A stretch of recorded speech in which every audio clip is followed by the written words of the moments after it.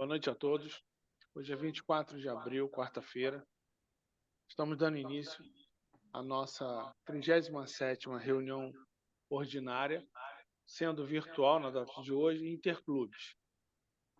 Sob o lema Crie Esperança no Mundo, eu declaro aberta a nossa reunião de hoje. Solicito a nossa diretora de protocolo, Senir, que ocupe a tribuna virtual para fazer o protocolo da reunião de hoje.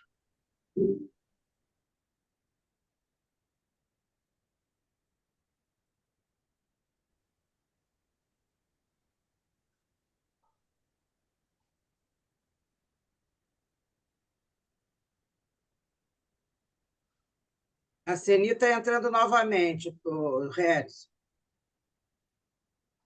Ok.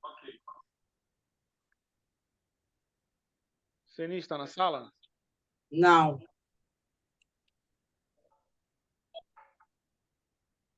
Senir?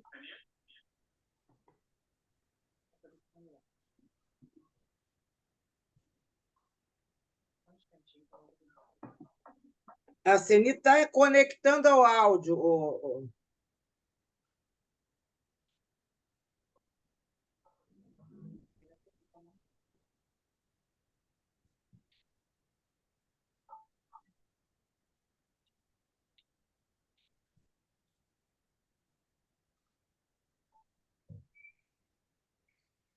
Consegui entrar, não? A Ceni não entrou. Outra pessoa não pode fazer o protocolo? Um minuto, Cléo, por favor. Marlene, você consegue dar sequência ao protocolo, por gentileza? Sim, posso fazer. Só não tenho muita coisa aqui anotada, mas posso fazer sim, tá bom?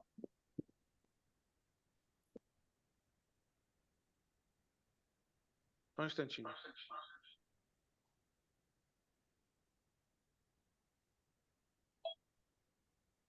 Entrou?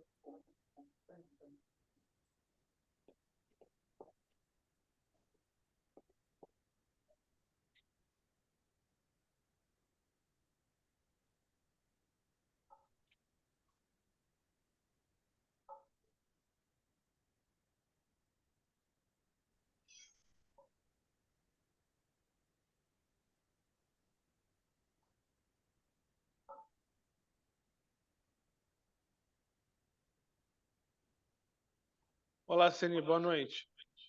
Você pode fazer o... Desculpa, teve um pico de luz aqui e a luz piscou, caiu e tive que entrar de novo.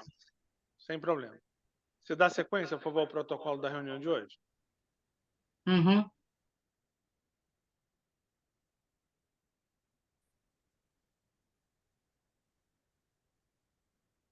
Pode falar o protocolo, Ceni, por favor? Ok. Boa noite a todos, companheiros, companheiras, visitantes. Hoje é quarta-feira, 24 de abril de 2024. Na tribuna virtual, Senir Loureiro Coelho, associada representativa do Rotary Clube de Nova Iguaçu Leste, classificação engenheira civil, neste período atuando como diretora de protocolo.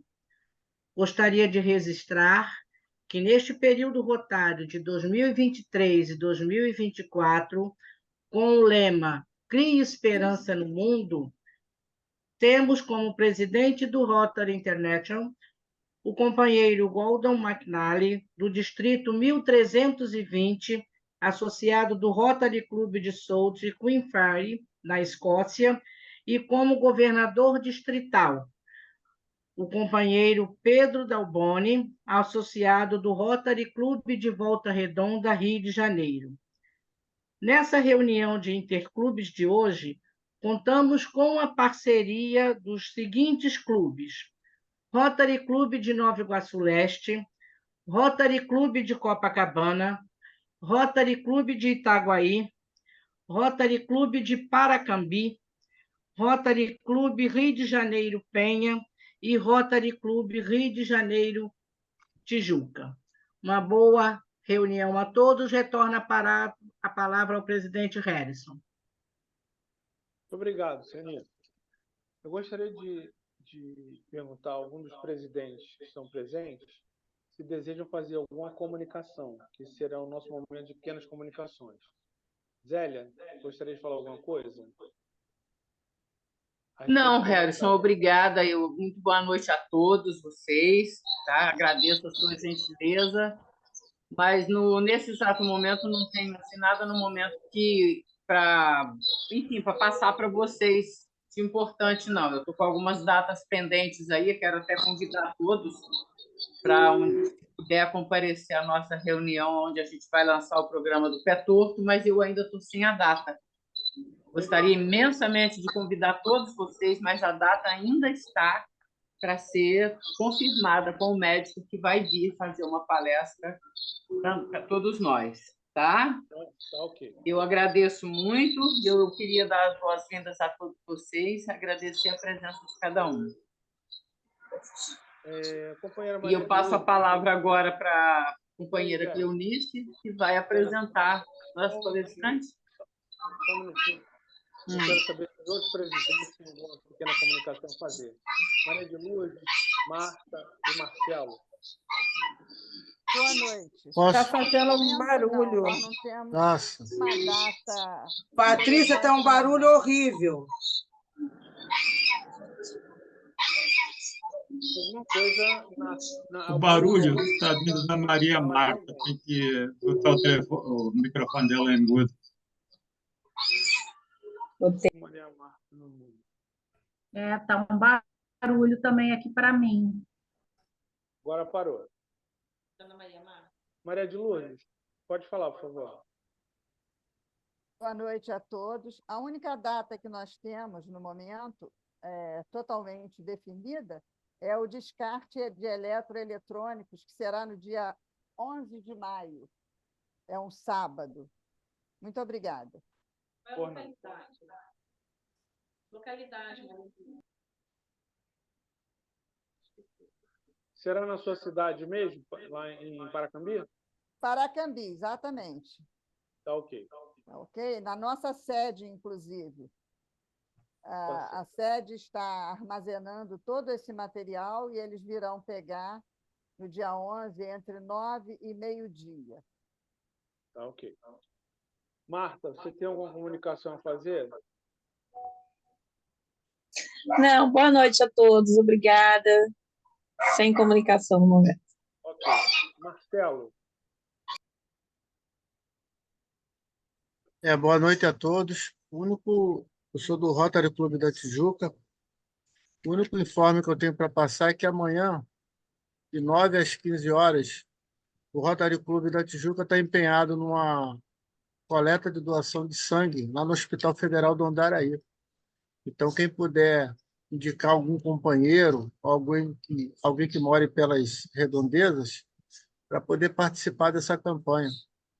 Agradeço muito. Muito obrigado, Regis. Tá ok, Marcelo. Obrigado aí pela comunicação. Agora sim, Zélia. Agora é sério, como diria o puxador de sangue. Alô, povão, agora é sério. Zélia, convido você, presidente do nosso Rotary Clube Copacabana, primeiro clube que parceirou conosco nessa reunião, para que dê as boas-vindas a todos e, posteriormente, a companheira Cleonice fará a leitura do mini currículo do nosso palestrante, Antenor Leal.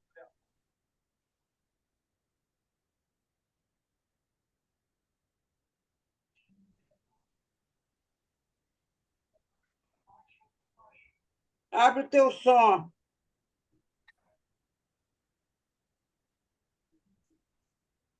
Zélia, seu som está fechado. Pronto, já aberto. Boa noite a todos. Meu nome é Zélia Carvalho, sou a presidente do Rotary Clube de Copacabana no período 2023-24. Minha classificação, massoterapeuta e também ex-empresária. Eu gostaria de dar bem-vindo a todos vocês que estão aqui comparecendo, tá? E vou passar a palavra agora para a companheira Cleonice. Boa noite a todos. Na tribuna virtual, Cleonice Datum, associada representativa do Rotary Clube de Copacabana, no atual período secretária e segunda tesoureira.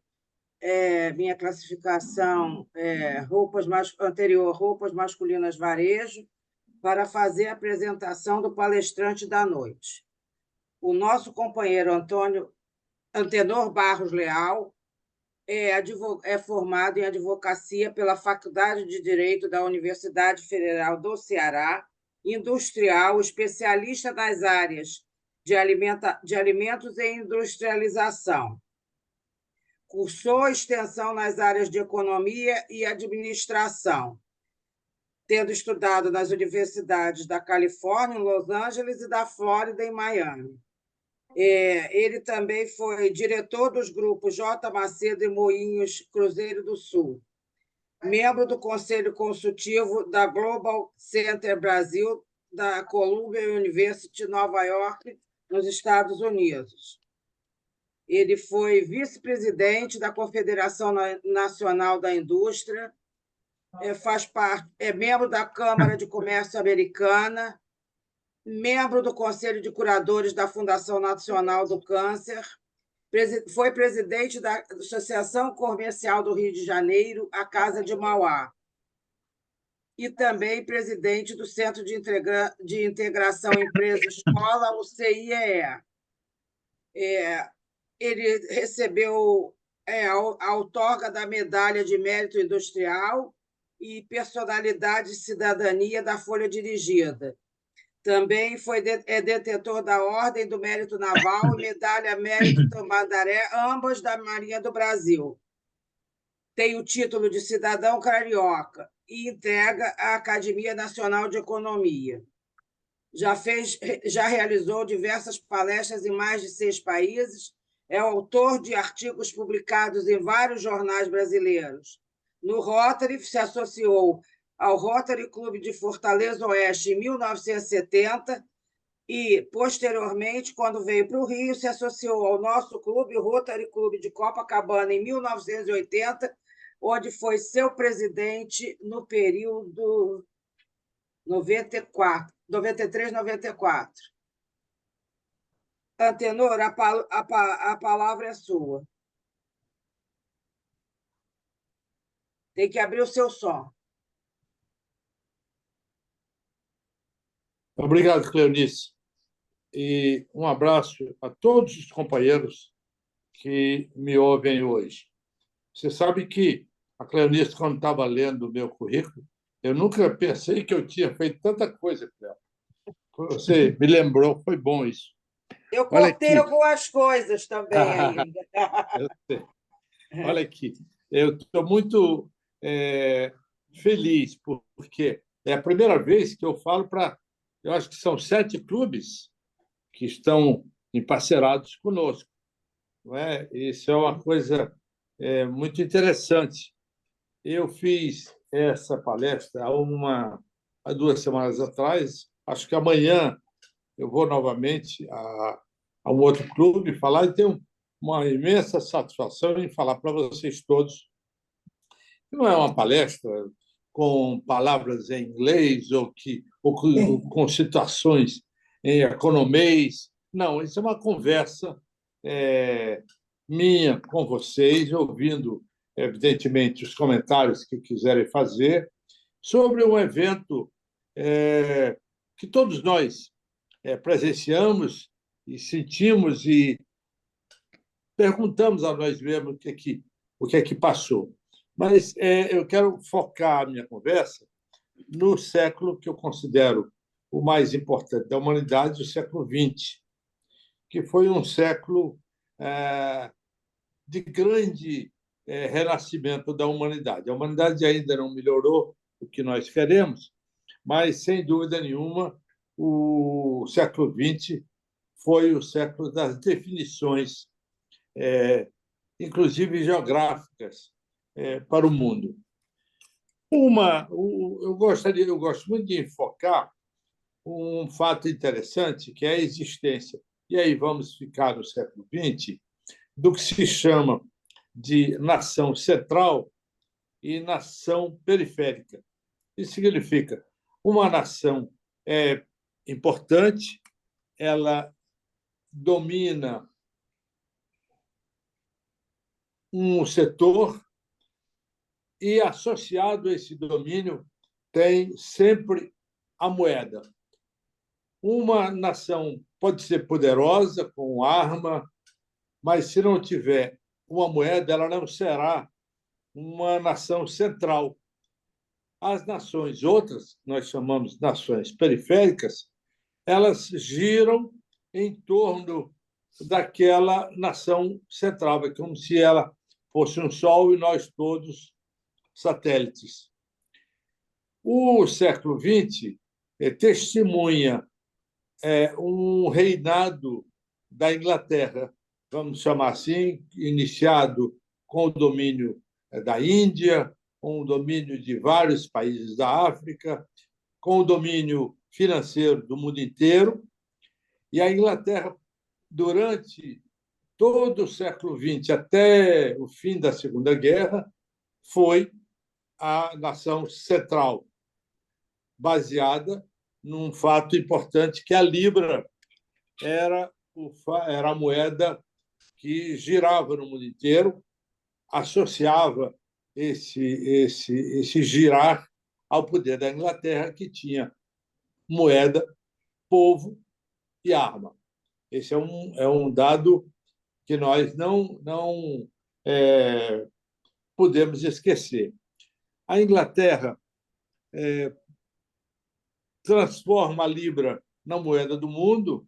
Quer dizer, todos os companheiros que estão aqui me ouvindo certamente não terão uma Libra em casa, a não ser a Cleonice, que tem um presente que o avô dela deu de uma Libra, mas era uma coisa importante no século XX ter uma Libra, ou as pessoas faziam suas poupanças na base da moeda Libra. Essa moeda e esse poder central da Inglaterra se manteve até depois da guerra, onde os americanos assumiram essa posição de nação central. Associada a isso, o fim do poder da Libra e o nascimento do dólar. Agora sim, eu calculo que todos os que estão me ouvindo têm suas pretensões de ter mais dólares dos que têm, ou pretendem comprar dólar, porque ainda hoje ela é a mesma coisa que foi a Libra no início e durante a maior parte do século XX. O dólar passou a ser essa moeda associada ao poder americano, também o poder armado, mas tendo, sem dúvida, a moeda como a sua base fundamental do poder. Todas as transações no mundo que eram até 1950, 50 e poucos feitas na Libra, passam a ser em dólar e ainda hoje elas são baseadas no dólar. Eu digo isso também porque há uma sensação, pelo menos de passagem, mas muito comentada hoje, de que a China possa se tornar um país central. É evidente que, se eu perguntasse a todos os meus companheiros agora se eles têm um renminbi em casa ou se pretendem comprar um renminbi, eu tenho certeza que todos diriam que não têm e que não pretendem comprar. E, aliás, uns vão dizer que nem sabem o que é. Mas o renminbi é a moeda oficial da China, também chamada popularmente yuan, para quem está na China. Isso significa que, se você não tem uma moeda, você não chegará a uma nação central. Houve tentativas de alterar isso, por exemplo, a União Soviética quis fazer isso. Ela fez um bloco de nações mantidas sob a força, mas não tinha uma moeda. Então, foi fácil ela desaparecer. Uma decisão de um homem só num dia fez com que aquilo tudo desmoronasse, porque não havia uma moeda. A nação central tem o poder, as nações centrais têm o poder de transformar transformar o mundo.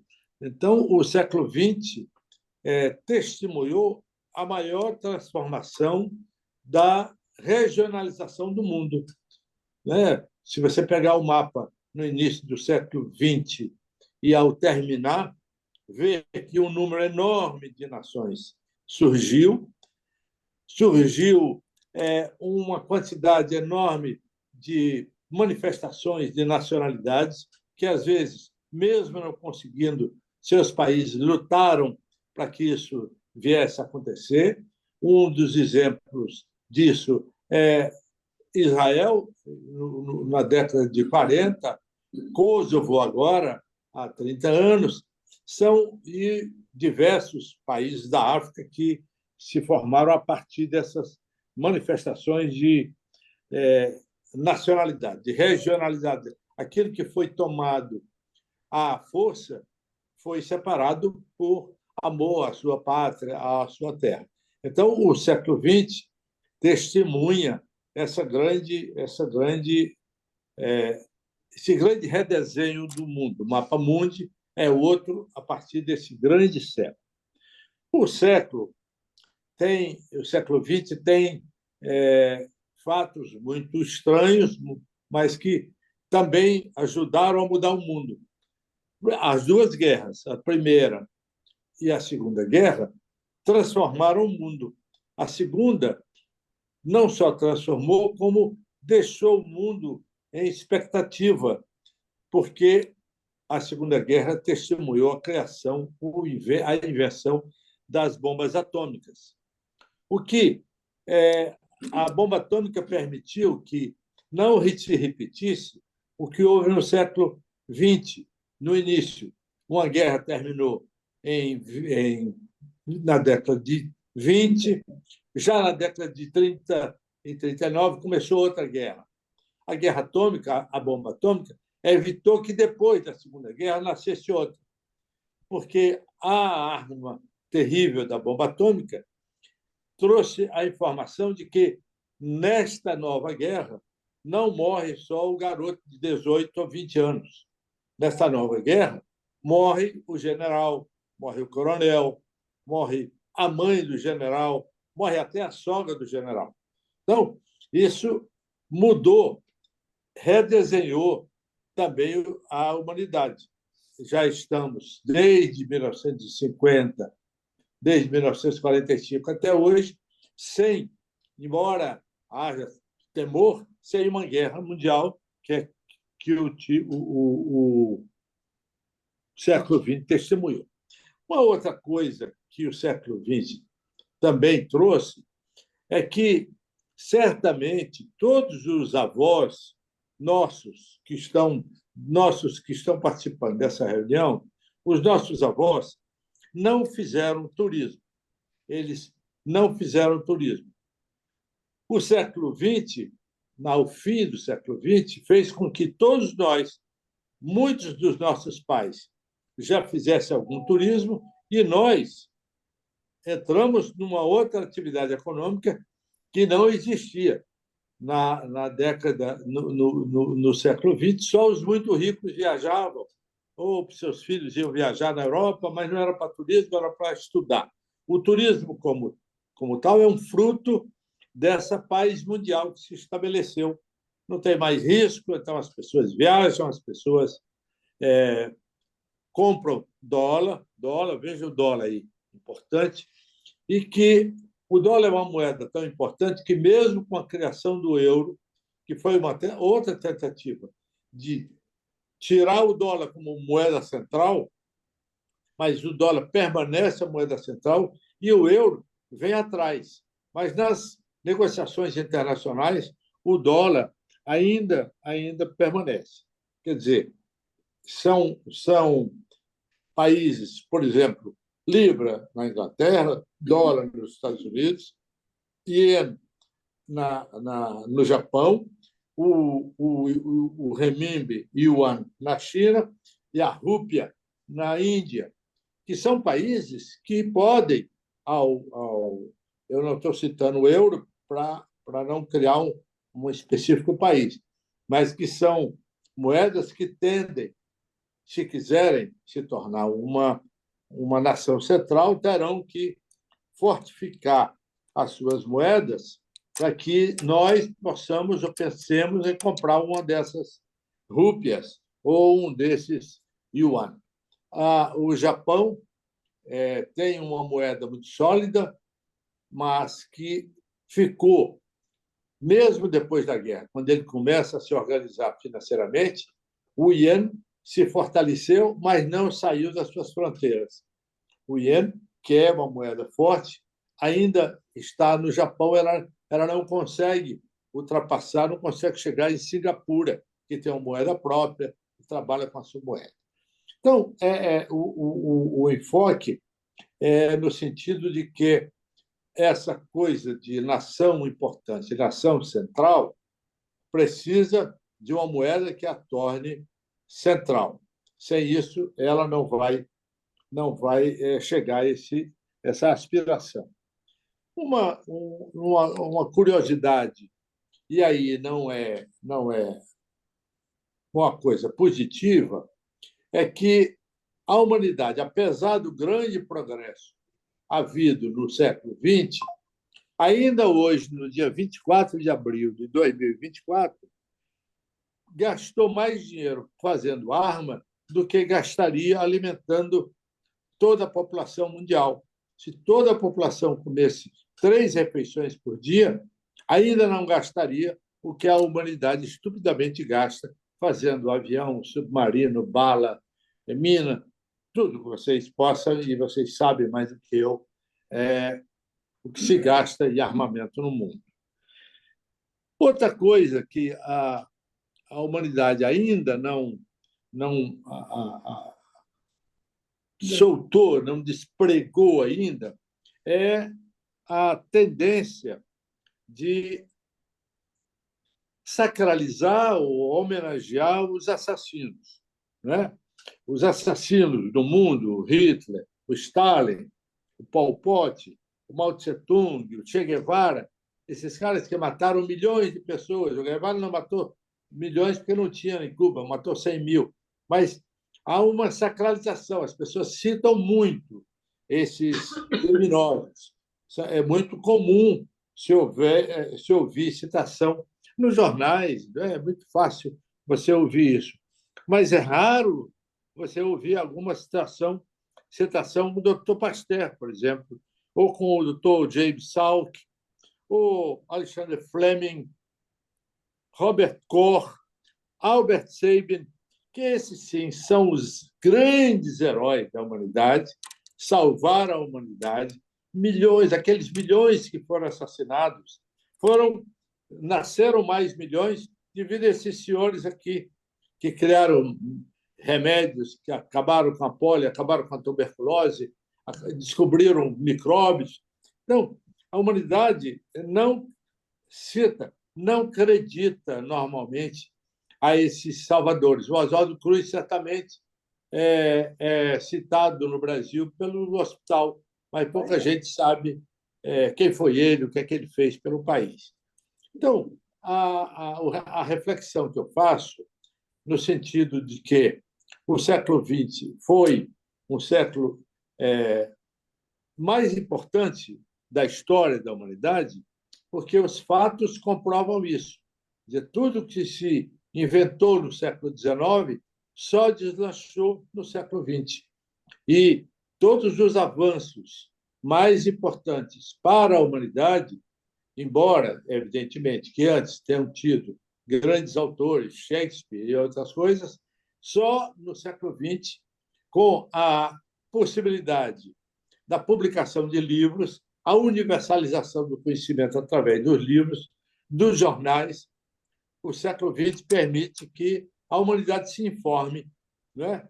Depois, com a chegada da internet, isso foi uma coisa absolutamente inesperada, a velocidade com que as pessoas se informam hoje, ao contrário do que se informavam mesmo no fim do século XX, quando uma edição do New York Times de domingo tinha mais conhecimento do que a humanidade havia obtido nos anos passados.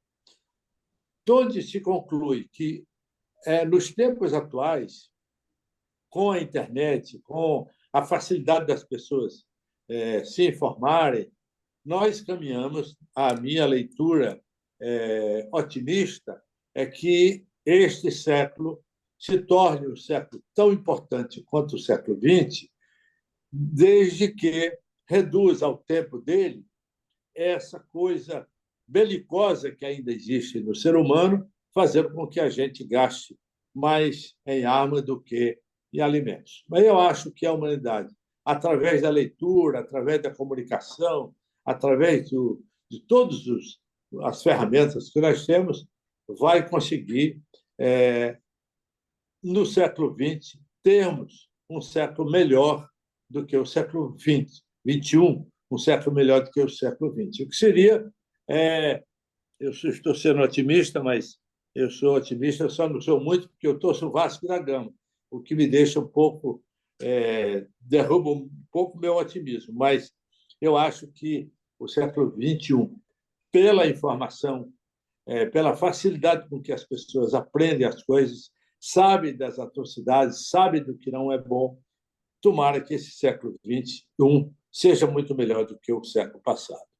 Eu termino aqui e seria um prazer muito grande ouvir algum comentário, alguma pergunta que qualquer companheiro queira fazer. Foi uma honra para mim, como será sempre falar para a Rotariana.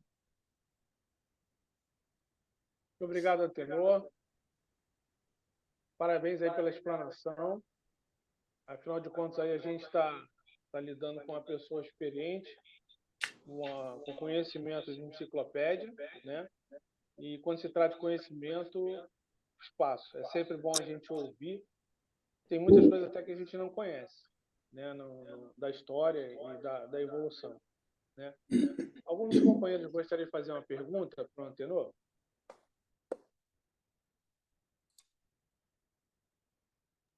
A Patrícia está aqui do meu lado, já pediu para fazer a pergunta. Pode fazer, Patrícia. Oi, Antenor. Você não faz ideia como você me deixa feliz em te ver palestrando aqui no nosso clube, porque eu sempre converso com os meus companheiros da troca de ideias que a gente acompanha no Copacabana e nem sempre a gente consegue estar juntos, né?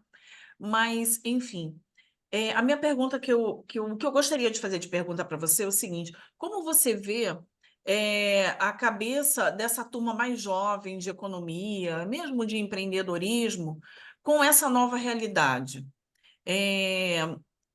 A sensação que eu tenho às vezes é que existem transes paralelos, né? A turma estuda, mas parece que não capta o que já foi passado lá atrás, com outros dirigentes, com outras experiências da economia, em que o Brasil sempre se mostrou, né, com altos e baixos e ali tentando se manter de pé. Como você vê o comportamento dessa turma mais jovem da área de economia?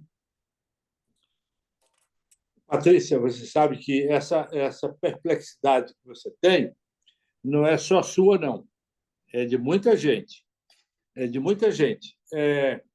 Quando você vê um filho, ou um sobrinho, ou um neto passando o dia inteiro no celular, ouvindo, lendo bobagens, coisas que não constroem, você se preocupa com o que vai acontecer no futuro.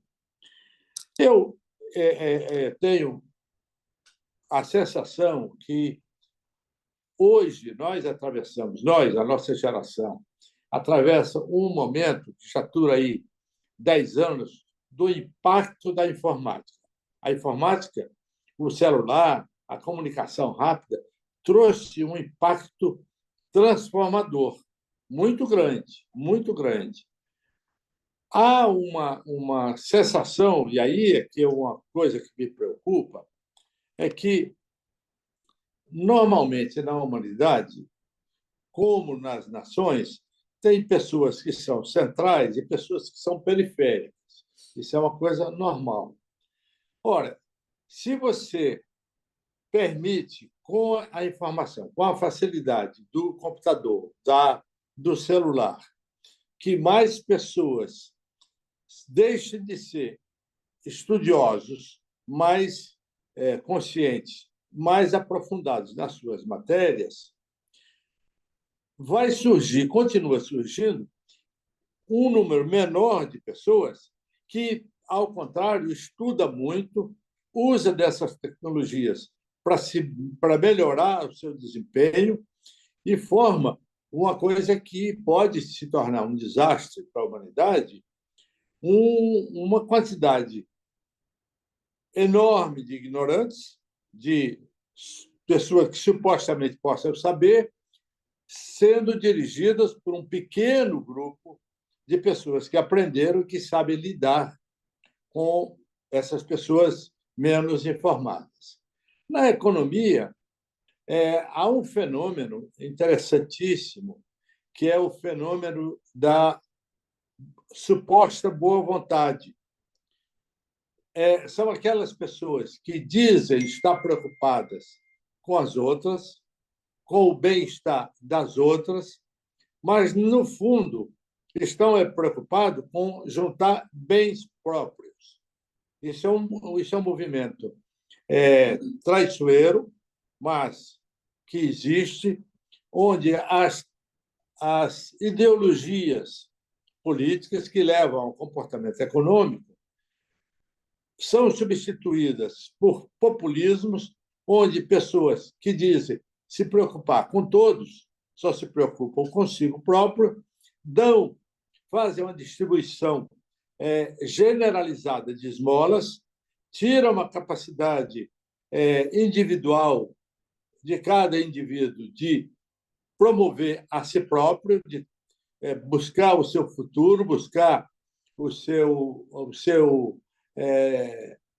abrir a sua vida. Eu tenho lido alguma coisa sobre isso. Há quem diga que o melhor Bolsa Família é o trabalho, é o emprego. Ora, na medida em que você aumenta o número, ou aumenta o valor para um número maior de pessoas para receber alguma coisa sem trabalhar, e é muito fácil no Brasil, eu estou focando no Brasil, mas isso acontece em vários países. Se você imaginar que uma família pobre receba o marido 600, um filho mais 400, a mulher 200, se tiver um menino 100, juntar R$ 1.300 é mais do que um salário mínimo. E para a pessoa ganhar um salário mínimo, terá que trabalhar, sair de casa, trabalhar, voltar. Ora, se você recebe o equivalente estando em casa, ou dormindo, ou bebendo cachaça, ou não fazendo nada, aí há um risco de, matematicamente, você aumentar o número disso e voltar à humanidade, voltar a encastelar pessoas, como os reis antigamente moravam nos castelos das montanhas para evitar o povo. Se isso não acabar, essa tendência de empobrecer os pobres culturalmente e sem que eles tenham esperança, sem que eles confiem em si próprios, vão formar e voltar àquela coisa que eu disse, no sentido de uns são ótimos e a maioria não tem conhecimento. É uma preocupação muito grande. Eu lido de certa forma, com o ensino, eu sou do conselho da PUC, há um distanciamento muito grande dos alunos, dos professores, desrespeito aos professores, a falta das aulas. Então, isso é um assunto realmente preocupante. E o que é mais preocupante, Patrícia, aqui, nas nações desenvolvidas, esse fato é menor. Então, tende a que nós, países com um número maior de habitantes, continue, por volta de muitos anos, a ser um país periférico, porque nós não temos nem inteligência, nem conhecimento e tal, e ficamos aí exportando minério, exportando soja, sem exportar o produto. Exportamos o minério para a Coreia faz um automóvel e nos manda. Então, esse é o retrato que preocupa. Obrigado, senhor. Terminou. Nossa Então, próxima próxima pergunta do companheiro Cláudio. Cláudio, por gentileza, pode fazer sua pergunta. Claudino, é o Claudino, né, que pediu. Ah, perdão. É. Não é problema me chamar de Cláudio, não, sabe? Porque eu conheço gente importante com esse nome. Mas é um Mas eu já matei elogio. uns 20 que me chamaram de Cláudio. De Mas é um Galdino, de elogio, né? Claudionô, de Claudiano e tudo mais. Mas deixa para lá. Cláudio é um Olha aqui. elogio. A pergunta que eu queria fazer para o Antenor é o seguinte, entendeu? A perda do poder de uma nação em função de uma inflação elevada, como é que se explica isso? Vou exemplificar. Quando Juscelino resolveu construir Brasília e o FMI se recusou a emprestar o dinheiro para fazer Brasília, ele mandou a Casa da Moeda fazer hora extra. E isso criou uma inflação no Brasil que gastou mais de 30 anos para ser debelada. Como é que é isso? E a perda do poder do país, de uma nação em função da inflação? Claudino, não sei se vocês sabem que o Claudino é filho do Claudino Nóbrega e é neto do Claudino Nóbrega. Então, o Claudino da família dele é fácil, toda esquina tem um. Claudino, a inflação, e você lembrou bem o Juscelino, a inflação é isso, é quando você... O que aconteceu na China, desculpe, na Argentina, pouco, o que aconteceu na Alemanha depois da guerra, é uma coisa louca, no sentido de que o dinheiro, imprimir o dinheiro, resolve o problema. No caso do Brasil, houve um fato interessante, Claudino, você é testemunha disso. O Juscelino, quando cometeu a loucura de fazer Brasília, ele, ao mesmo tempo que mandou imprimir o dinheiro para pagar Brasília, ao mesmo tempo criou um novo Brasil. Não é? Ele criou o Brasil da soja, criou o Brasil do gado, ele criou o Brasil do centro brasileiro, do Goiás, Mato Grosso do Sul. Essas coisas não existiam, não faziam parte do PIB brasileiro, que era um PIB praiano, PIB de São Paulo, Rio de Janeiro e Minas. Minas não tem praia, mas era os três estados. Então, o Brasil teve sorte de como essa inflação provocada por emissão veio logo depois ser recompensada por produção e produtividade, fez com que surgisse aí, nós tivemos sorte, um grupo de economistas, um grupo de pensadores que, com o Plano Real, debelaram de uma vez por todas aquele mal original que certamente foi compensado com a geração de riqueza do Centro-Oeste. Esse é um fato só, mas se você não consegue agregar a uma loucura um fato que foi sorte do Brasil, nós estaríamos pior do que a Argentina, sem dúvida nenhuma. A Argentina passou, desde o Perón até agora, enganando as pessoas com o Bolsa Família, mandava mais dinheiro, prestigiava os vagabundos dos sindicatos, que diziam que estavam representando os trabalhadores e, na verdade, estavam ficando ricos à custa dos trabalhadores. A inflação é o presidente da Argentina, o Milei, tem uma frase ótima. A inflação é um roubo, porque quem mais sofre com a inflação são os mais pobres. Os mais informados, os que têm mais dinheiro, ganham com a inflação. Você se lembra do overnight. O overnight enriqueceu milhares de brasileiros e empobreceu milhões com a inflação e com vamos dizer assim, a falta de equilíbrio da economia brasileira. Ok, muito obrigado, senhor. Satisfeito, Claudino? Sim, senhora. Companheiro Valdir, pode fazer sua pergunta, por favor?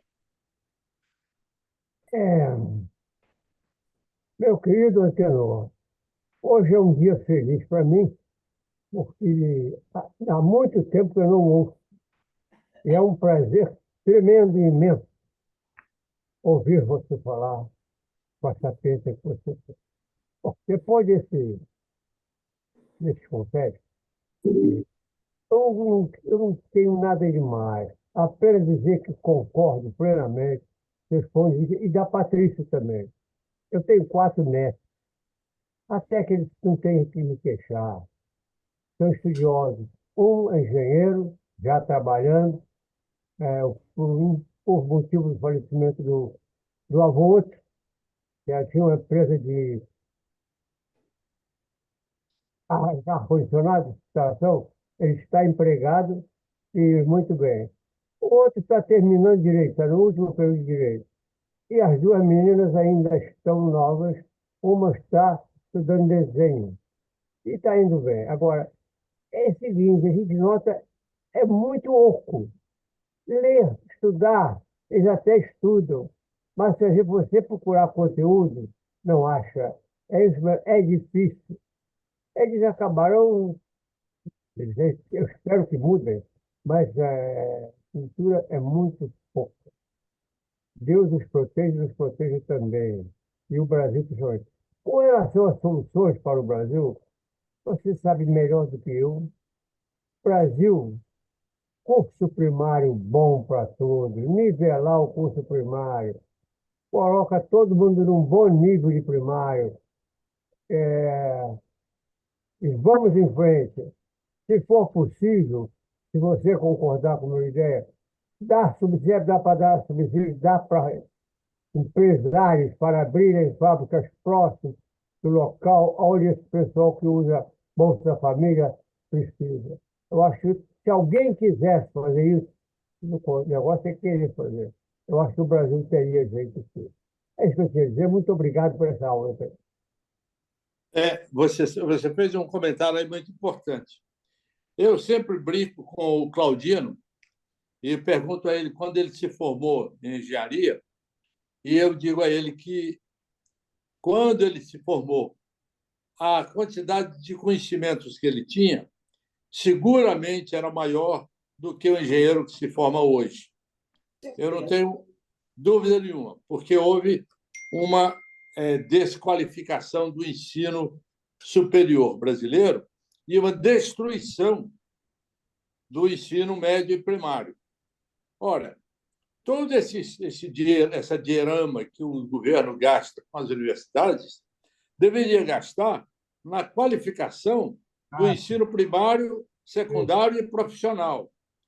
Quer dizer, há uma inversão de gastos quando a União deixa para os municípios e os estados o ônus da educação primária e secundária, faz com que os estados gastem mal, depende do governador, depende do prefeito, é um desastre, e esse é um dos males maiores do Brasil, é a desqualificação dos jovens. Não é? Os jovens saem, se formam, terminam seus cursos sem saber.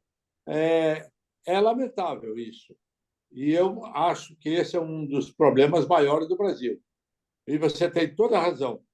Se nós não focarmos no ensino primário, no ensino médio e no ensino profissional, tem tantos engenheiros aí que não sabem fazer nada em engenharia e seriam ótimos mecânicos, seriam ótimos administradores de pequenas coisas, mas que se formam, acham que são médicos, acham que são dentistas, acham que são engenheiros e não são, na verdade. E aí é um desastre para o país. Obrigado.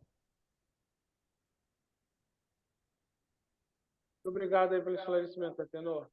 Nossa última pergunta é da companheira Zélia, presidente do Copacabana. Por favor, Zélia, pode fazer a pergunta. Liga o teu som, Zélia. O áudio está fechado. Oi, Antenor, boa noite. O agro salva o Brasil ou não? O agro, sem dúvida nenhuma.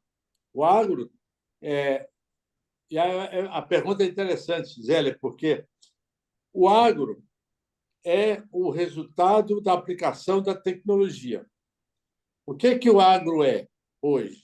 É o resultado da produtividade obtida no solo brasileiro devido ao ingresso da tecnologia.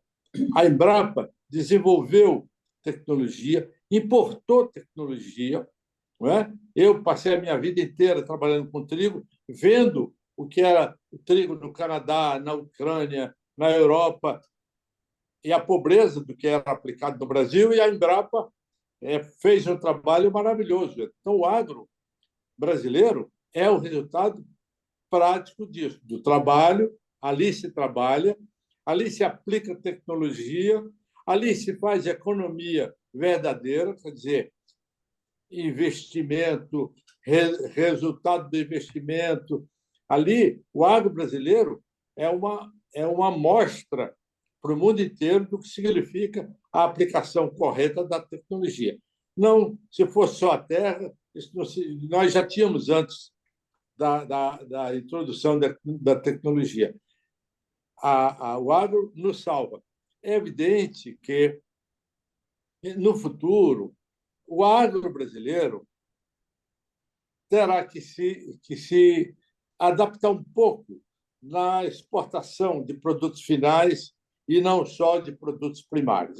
Mas isso é uma coisa que ainda decorre tempo para que isso possa acontecer, que nós deixamos de exportar soja em bruto e exportar os produtos. Mas isso nós vamos conseguir, já temos pequenos exemplos disso, mas o importante é que a sua pergunta é positiva. O agro tem salvo o Brasil. Obrigada, Antenor. Muito obrigada. Eu também levo pé. O Harrison, acho que o Pedro Durão tinha levantado a mão. Eu tinha mesmo, né, se der tempo, mas eu não sei o que aconteceu aqui com o meu programa, eu não consigo levantar a mão aqui virtual. Pode perguntar, Tá? então, Pedro. Pergunte aí, por favor. Tá? Mas Tá posso fazer pergunta, Léris? Pode, claro, com certeza. Tá, obrigado. Né? Mas, Antenor, uma coisa que até você citou assim por alto, e na palestra passada, mas como é que você vê as criptomoedas que estão sendo hoje super valorizadas, etc. As criptomoedas vieram para cá ou vai ser uma coisa temporária que não vai vingar no futuro, longo prazo? O Durão, as criptomoedas precisam de um fato fundamental para que elas possam fazer parte do nosso pensamento. O Durão pensou um dia, vou comprar uma cripto, o Antenor pensou e tal. O que falta a essa suposta moeda? Confiança. Enquanto ela não passar para o Durão, para todos nós, confiança, ela não será uma moeda. Ela será um efeito de transição, um instrumento de negócios, mas sem o contexto da moeda. A moeda como reserva para o futuro, a moeda como que você possa transacionar, comprar uma Coca-Cola, ou comprar um automóvel. Isso é preciso que ela obtenha confiança. Eu acho que, em mais 10 anos, Durão, nós vamos poder, os nossos filhos, provavelmente, mas os nossos netos, provavelmente vão transacionar com uma cripto.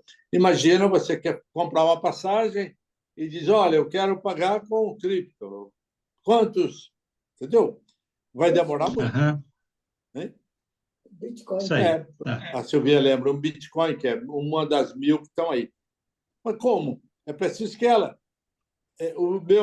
a contraparte tenha confiança, aceite uma Bitcoin, aceita uma cripto, para que eu possa usar a minha reserva em cripto para pagar, que depende de um número.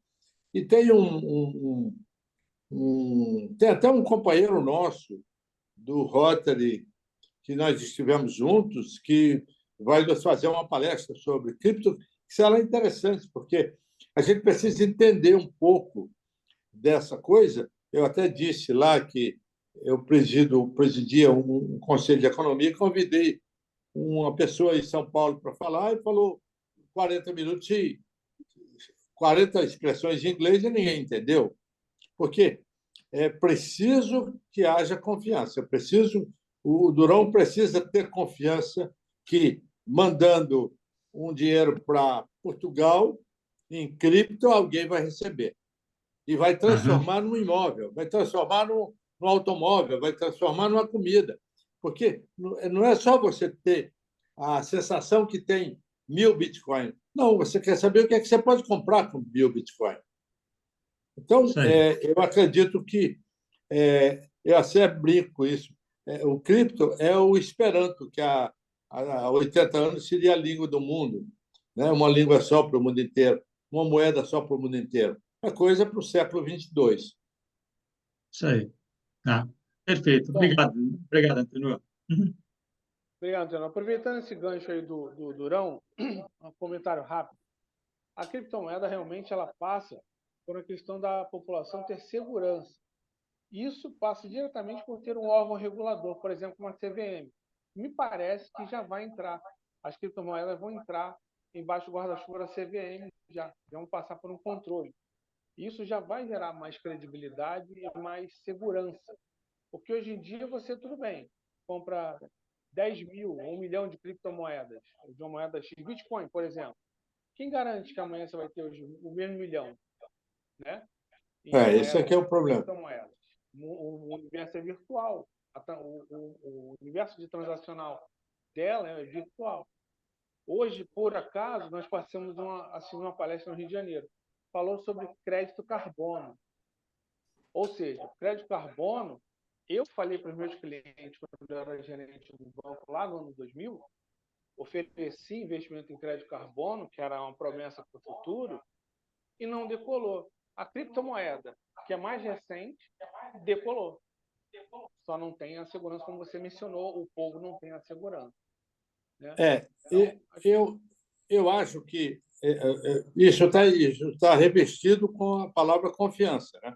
Eu não acredito muito que a CVM tenha a condição de dar a você a tranquilidade, porque você já testemunhou no Brasil o lançamento de ações boi gordo e outros bichos que enganaram a população e estava lá registrado na CVM.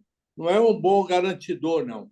Ele controla e tal, mas não nos dá a segurança de que efetivamente aquela ação esteja bem montada, tem ativos para garantir e tal. Eu desconfio muito, mas eu não acredito ao controle do Estado a confiança na cripto. Quem vai dar confiança na cripto é você mesmo. É você acreditar que pode comprar um cripto e ele vai lhe permitir comprar alguma coisa. Enquanto o cidadão não tiver isso, o Estado não lhe dá. O Estado não lhe dá essa segurança, nem vai lhe dar. Não dá nos Estados Unidos, não dá na Europa, não vai dar aqui. Perfeito. Muito obrigado aí pelo esclarecimento. Foi uma ótima palestra. Você gostaria de fazer alguma consideração, Cláudio, antes da gente encerrar? Eu diria que é quase que uma brincadeira, porque da mesma maneira que o Antenor diz que a criptomoeda ainda não tem a nossa confiança, posso garantir que ele tem a confiança da gente, porque ele transmite conhecimento só na presença dele. Muito obrigado aí por uma palestra tão interessante. Perfeito. Posso fazer uma pergunta adicional? Pode. Antenor, o Plano Real daria certo na Argentina? Eu acho que sim, Claudino. São realidades diferentes, mas acho que sim. O que não tem na Argentina, que tinha no Plano Real, é um apoio político. Porque se lembra que o Fernando Henrique tinha um Congresso ao seu lado, numa situação de absoluta segurança com relação à aprovação das leis, no Congresso, porque sem isso não tem. Partiu, você se lembra, o Plano Real, houve uma larga informação à população, as empresas foram informadas, você ficou preparado para isso, não bloquearam seus dinheiros, não tiraram sua expectativa, não, lhe informaram e o Congresso aprovou, foi implantado. Então, são situações muito diversas. Acho que falta à Argentina o que o Fernando Henrique tinha, que era uma situação de apoio do Congresso, apoio para valer mesmo. Quer dizer, você se lembra como foi rápida a aprovação desse arcabouço do Plano Real. Acho que a Argentina vai sair do problema, porque o presidente Milei trabalha com um produto que é muito bom, que é a verdade. Então, ele diz as razões por que a Argentina quebrou. A Argentina enriqueceu muito a pouca gente e empobreceu muita gente, devido a esse modelo do Estado ter condição de dar. Porque o Estado dá a Bolsa Família ao pobre e dá a Bolsa Cadillac ao rico. Não é só o pobre. A Bolsa Cadillac também vai. A classe rica se apropria. É o que aconteceu na Argentina. A Argentina tem fortunas colossais e tem benefícios. Aquela expressão que o Collor usava para funcionário que ganhava muito dinheiro, como é que chama? Marajá. Marajás. A Argentina é o país dos marajás. Ninguém trabalha. Na primeira leva, ele demitiu 300 mil. Um país que tem 40 milhões de habitantes é muita coisa. Vai dar certo, mas o modelo é outro. Tá ok. Muito obrigado. Então, encerramos aí o período de perguntas. Gostaria de pedir à companheira Patrícia para expor e, se for possível, compartilhar e ler o certificado do Antenor, que na segunda-feira a gente vai entregar pessoalmente. Não Obrigado, apareceu, Patrícia. Agora sim. É que eu pensei que ele ia tá. se alongar na fala e eu tirei do ar. Vamos lá. Certificado de agradecimento, o Rotary Clube de Copacabana e o Rotary Clube de Nova Iguaçu Leste conferem a Antenor de Barros Leal, companheiro do Rotary Clube de Copacabana, o presente certificado em agradecimento pela palestra intitulada Poder e Moeda, em reunião virtual dos clubes. Nova Iguaçu, 24 de abril de 2023, e assim... 23? 24. Tem que consertar. E assinam Zélia Maria de Carvalho, presidente em exercício, e Harrison Freitas, presidente. Obrigado. Eu só tenho que agradecer a todos. Eu gostaria de lembrar, Harrison, só um minutinho, que amanhã o companheiro Antenor estará fazendo a mesma palestra no Rotary Clube Rio de Janeiro, Dois Irmãos, na Sociedade Germânia. Tá? Vou te dar uma colher de chá, porque você perdeu o momento das pequenas comunicações. Eu sei, mas é que você falou para os presidentes.